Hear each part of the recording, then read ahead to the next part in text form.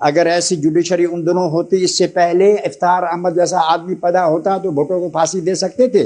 पाकिस्तान की फौरन फांसी चौधरी, अगर इफ्तार मोहम्मद चौधरी जैसा आदमी उस जमाने में होता तो जिस तरह उन्होंने उस वक्त के सुप्रीम कोर्ट ने धंधे किए हैं तो भुट्टो जैसे आदमी को फांसी दे सकते थे। ये जुडिशरी को करप्ट किए बगैर, जुडिशरी को गुलाम बनाए बगैर, जुडिशरी को कुचलने के बगैर साम्राज्य इस मुल्क को गुलाम नहीं रख सकता था। इसलिए उसके लिए ये जिंदगी मौत का मसला है कि जुडिशरी उसके पांव तले रहे, और उसके लिए जरूरी है कि आसिफ जरदारी जैसे बाल बाल जिनका साम्राज्य के पास जब्त है, जो बेरहमी के साथ इस्तेमाल किए सकते हैं, उन लोगों के जरिए उनको खत्म कराए। जो लोग चीफ जस्टिस को पकड़ सकते हैं, कत्ल करा सकते हैं, मार सकते हैं, मैं समाज की बात कर रहा हूँ। ये जो इधर बैठे हैं जनरल चलना, वो उनके हाथ में है, कुछ नहीं है। वो क्या नहीं कर सकते? इतने केस हैं, अभी तक इतने विदड्रा हुए हैं, अभी भी नहीं हुए। बिलियन ट्रिलियंस की रकमें हैं, वहां गई है।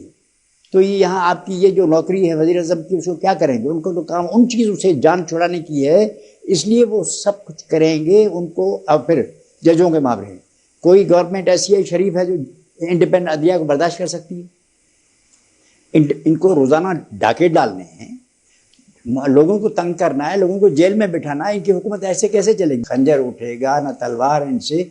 फ्री जुडिशरी पाकिस्तान में आई और जजों के जरिए लोगों को फांसी पे लटकाने का पावर साम्राज्य के हाथों से निकल गया। अभी आसिफ अली जरदारी को ये कोर्ट ना हो, दूसरे कोर्ट को हाथों फांसी लगा सकते हैं, मुझे लगा सकते हैं, किसी में भी कर सकते हैं। ये जुडिशरी जो है, जो गुलाम जुडिशरी है, जिसकी हथकड़ियां लगी हुई हैं, जिनकी जिंदगी खुद खतरे में है। जजों ने देख नहीं लिया अभी कैसे मार पड़ी चीफ जस्टिस को, कैसे जजों को बेइज्जत किया। ये जो अभी जज बैठे हैं, इन्हें मालूम नहीं कि हमारी हालत क्या होने वाली है।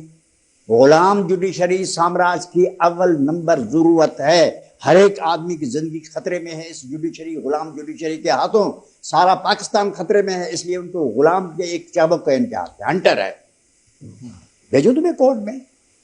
इसलिए ये बेचारे गुलाम है, ये बोल नहीं सकते। जिसको लाएंगे वो वही कहेगा। कोई ऐसा होगा मस्ताना आदमी जो खड़ा रहेगा, हर एक की मजाल नहीं है। गुलाम कॉलोनी है, ये सब गुलाम लोग हैं। जो चार लोग जो सर से हाथ धो के बैठे होंगे वो बैठे होंगे।